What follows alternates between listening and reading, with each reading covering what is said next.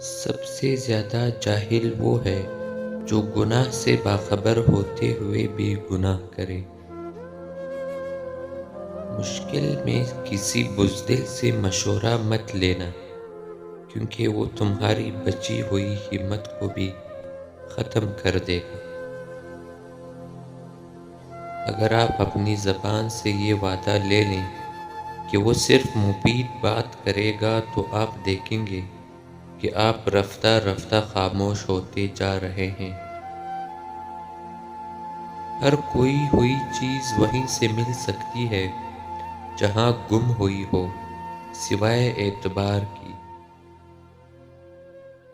کامیابی حوصلوں سے ملتی ہے، حوصلے دوستوں سے ملتے ہیں، دوست مقدر سے ملتے ہیں اور مقدر انسان خود بناتا ہے۔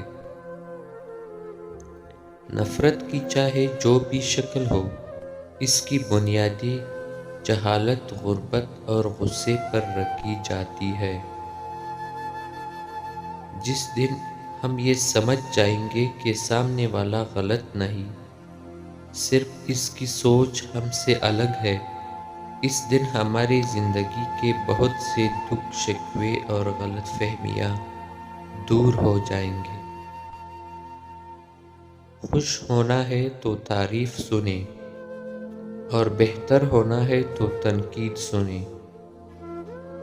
الفاظ ہی سب کچھ ہے، دل جیت بھی لیتے ہیں اور دل چیر بھی دیتے ہیں۔